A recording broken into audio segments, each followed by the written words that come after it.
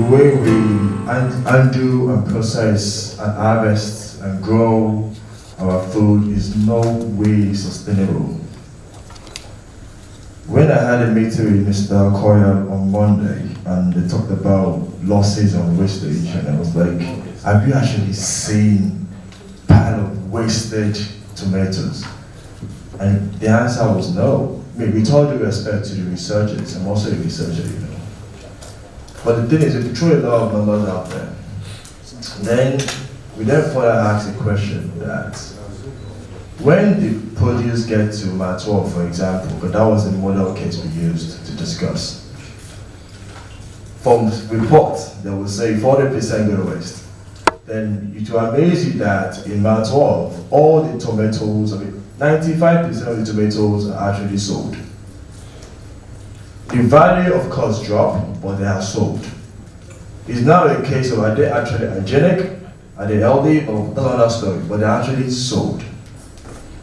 Now we have climate change that is forcing desert encroachment, meaning that we have fewer land to farm on. We have flood that we cannot really control, so as a result, we also cannot plant, and population is still growing. So there's no other way to say it, that sustainable agriculture is the way to go to actually salvage our future in this country. Other developed countries are doing it. So Nigeria cannot catch up, like they say now in the next production revolution. They say we have to leapfrog. And what that basically means, I won't lie to you, we can't depend on the government to do it for us, I'm sorry.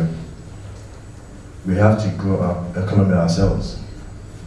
Because it's the same old people here that invest in treasury bills and bonds that the government used to do whatever we don't know. So the question is, how can we direct all those funds to finance these opportunities? So my job here today is to talk more about opportunities and how we can finance it. Because the problem sometimes when NGOs and researchers talk, they give a lot of numbers and tell you that something is lost. They won't tell you how you can make money from it. So that's what I'm saying. Like I said, from research, from data, what we have is that in the country, 45% of the perishable products actually go to waste. A lot of this is actually due to negligence, or people not wanting to, they just don't care about all these things. I'll give you a simple example. 2 years ago, I was in Matua to conduct a field research. And from textbook, you would assume that if you put a cold storage in Matua so as to preserve and extend the shelf life of the commodities, that the merchants, the traders, would naturally accept that offer. Hey, my brothers and sisters, no. All because they're not educated like we are educated, right? All they were about was, I want to get cash every day. I don't want to have any tomato left. So they're desperate to sell at less than 60% of what the value should be. So we told ourselves that, then there's no point in coming here to install cold storage. However, if you want to install cold storage, then you also have to be an aggregator. So what that means is that when they're desperate to sell, buy from them. You clean it up, package it well, put it in your cold storage, and then the money, when the price goes back to the normal weight, sell it. That's the way it works in this market. Now, this is how the losses or the value, so I won't call it losses, let me put it that way, of tomatoes or wastage. Or what I call it loss in value of tomatoes. Because if I use that word value, then the bankers, the financiers will see where the money is. The only place there's waste is when the farmers are harvesting and they don't harvest well. That won't be waste. But the moment they harvest everything, whatever they harvest, and they transport it, they usually have a farm gate. That is where they aggregate all those harvested tomatoes or perishables or whatever it is, vegetables. Then a middleman from Mar 12 that knows all the merchants. Someone like Chris now that is looking at me. So that's Mr. Chris. So someone like him knows the merchant in the market. The merchant knows the end users, the hotels, the schools, the supermarkets. So that's the person that will then send the truck to the farm gate, let's say in Sokoto, to collect the commodities. In that farm gate, there's no cold storage, there's nothing. They just stack everything there. And when the truck comes, they don't look at the one that is spoiled to. Because they already stacked in the welfare basket. They load everything onto that truck. Then the truck then moves to Mar 12 and later from Sokoto. No refrigerated trucks, nothing. So along that, during that trip, from the farm gate, say 2-3 days, to another a day or two to get to Lagos, no storage, they don't use plastic crates, they probably use welfare basket. So the value, so let's say if the basket is 1,500, they will end up selling that same basket at 1,000 or even 800. That's a loss in value. But they eventually sell the tomatoes. So that is how it goes here. So climate change very quickly again. You realize that 19% of the food that we produce in this country is actually rain-fed. Going back to my initial point, by the time the desert then starts to encroach rapidly, it's a problem. So now there's more discussion about greenhouse farming, solar-powered nutrient system, all those other things we can use to adapt and combat climate change while we still produce food. You know, and Mr. Koya mentioned something very important, which is the herdsmen credit. I won't go too much into it, but the point again is that what do you do as a herdsman? Okay? Your livelihood is to feed your cattle. And you wake up one morning and there's nothing to eat. Are you also aware that for those of us that are farmers, we place priority to feed our livestock before we feed ourselves, right? Yeah. So these people wake up in the morning, there's nowhere to feed the cattle. They go to the nearest place. But don't forget, these are not educated people. So the first farm they see, they want to feed. So there's a lot of conversation that is. So it's not about tribal or Fulani herdsmen or the Yorubas that are saying that don't come to. No. It's a national security issue, which is that all of us need to work together to combat climate change so that we can sustain food production. So this is where the money starts to make sense for the bankers and financiers. From the farm gate, so let's say the value of tomatoes drop by say 50% over from farm gate to when they sell it in Mar 12. We're not saying that with cold chain, that value will not go. We can't even lose any value. Because from the farm gate, provided that we also use plastic crates. So from the farm gate, we have a cold storage there, stacked up in plastic crates. So when the trucks then come to pick up from the farm gate in Sokoto, that truck is also refrigerated. So the truck, from the cold storage in the farm gate, it moves again into the refrigerated trucks, then all the way to Mar 12. I will argue that we don't necessarily need a cold storage in Mar 12. We can have it, that's fine, but not necessarily. And the point is that by the time we move from the farm gate, from the cold store, from the farm gate, into a refrigerated truck, all the way to Mar 12, so they have two shifts in Mar 12. There's a morning shift and afternoon to the evening shift. So even when the truck that is supposed to be for afternoon arrives around 12 into Lagos, there's some place they park for like 2-3 hours before they before they allow them to enter the main market. So the question you ask yourself is that when these trucks are packed, what's happening to them? So that is why we need to ensure that the trucks are refrigerated, so that we can sustain that temperature and sustain the shelf life of the tomatoes or the perishables. So by the time the trucks are getting to the main market, They actually sold out. So that is now where we need to then move it. And by that time, the prices of each plastic or plastic crate or tomatoes or whatever it is you're selling will be the same price. It won't be a case of someone will say, this tomato is so bad, I will pay 1,000 instead of 2,000. Because everything was transported and was stored in a controlled environment, okay, and very well preserved, very well packed, the price of 1,900 will still be sustained. Now, why is this bankable for bankers or financiers to put money on the table?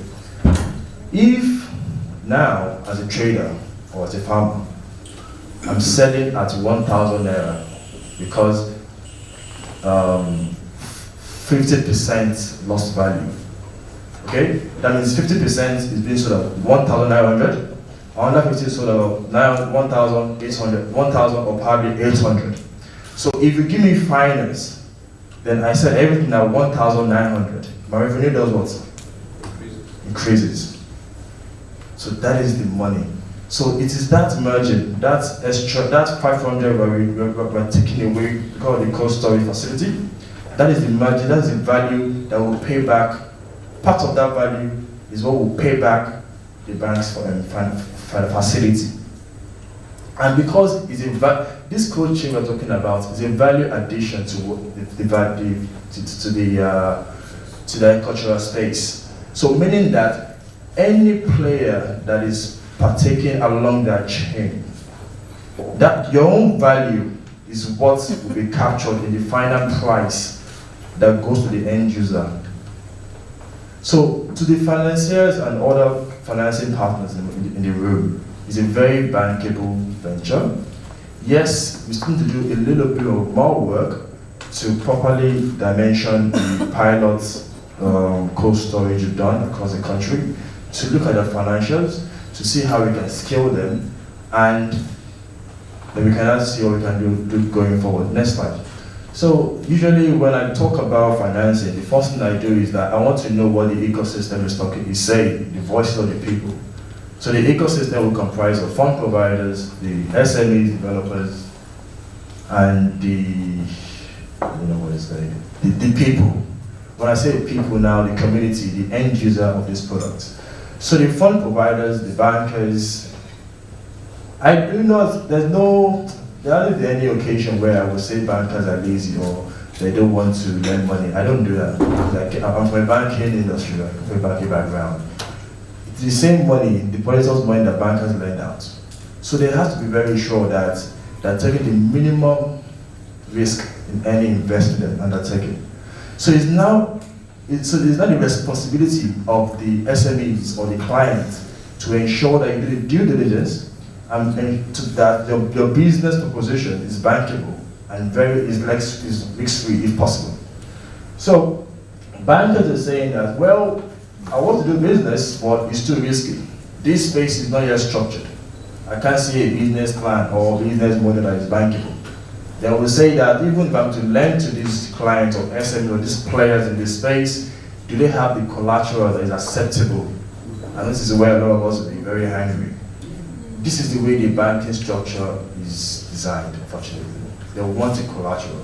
Just that the primary collateral they ask for is a property, a landed property in Ikeja or GRA, all those things that are not realistic for this space. It's not a Dangote space, it's for the masses. So, so the next slide we'll talk about the innovative financial instrument we should start to discuss while we meet the demands of the banks. Now, on the part of the developers, they're saying that I don't have any property to pledge. They're arguing that financiers, value is being lost in this value chain. If we can restore that value, more money will be made. They can say it passionately, but they cannot really articulate. But they're asking the bankers, let us be partners in this transaction, because to be honest, bankers, you're meant to take risk. Sometimes you hear bankers, they tell you, this way I have many bankers, they will tell you, I want 100% guarantee. And I'm like, hey, are you a pension fund manager? You're here to take risk. So let's partner. And by the time a bank partners with that client, let me tell you what happens. In a partnership, and you have a shared focus and impact, the two partners will do everything possible to ring-fence that transaction, to ensuring that that agenda is achieved. That is what the developers are asking the banks. And because we've not got the bankers and the SMEs are not communicating very well, we're suffering, the people. Loss in value, what happens? Increased prices, unhealthy food, and all that. Next slide. So this is what we're looking to develop, to further develop before the end of this quarter. We're saying that the SME could be, the borrower could be in form of SMEs, could also be cooperatives, because we work with the masses, market traders, farmers. In the ancient days till now, everything in Africa is cooperative, so that cooperative is still very strong. So the banks need to tell us how structured do you want this cooperative to be for them to be able to collect money from the banks. SMEs to play in this space. SMEs, registered companies, interliability companies, they're also able to play in this game in terms of cold storage, refrigerated trucks, and also plastic crates. Now, what we are proposing here is there should be what we call financial advisors. Yeah, I put Bank of Industry, Investment and Trust, which is where Victoria is from, and the SME Funds Capital, yeah, that's my company. But the point is that we need financial advisors that understand the pains and the language of this industry, that also understands the language and the background of the financiers, so that everything can be well captured in the business plan or business model. So once that is done, banks will now be more, or financiers now will now be more comfortable to lend money. Now, because this space is for the masses, it's not for the Dangote, the dollar, and the rest. So we don't have the property in Ikeja, but money needs to go out. Now the banks are saying that for the money to go out, I need collateral. So we need some DFIs in the room that issue guarantees, that can guarantee the risk that the financiers, the bankers, want to undertake. So that's what we're proposing here, guarantee, so that the banks are very comfortable to lend out money to these SMEs. And we're saying that guarantee because we, BOY Investment and Trust and SME Funds Capital, we understand these markets, we understand this space. On the back of our recommendation saying that this business model is bankable, we've been able to ring-fence it. You should be able to go ahead and issue a guarantee to any bank that is willing to lend money to this particular space. That is the way I believe we should look at this transaction and this industry, is collaboration, collaboration, collaboration. So in very 4 or 3 keywords here, we need guarantees. Guarantees can come from IFC, can come from DBN, Development Bank of Nigeria, they have been guaranteed now. Guarantees can come from infra credits. Guarantees can come from AFDB. Guarantees can come from a company called African Guarantee Fund based in Kenya and Togo. These are institutions that naturally guarantee SMEs so that the banks will not be asking them for landed properties in urban areas. Then we have said to the banks that with these guarantees, would these guarantees suffice enough so that you can lend to this industry? And the answer I believe should be yes, because these are cash-backed guarantees. Thank you so much. I look forward to further interaction.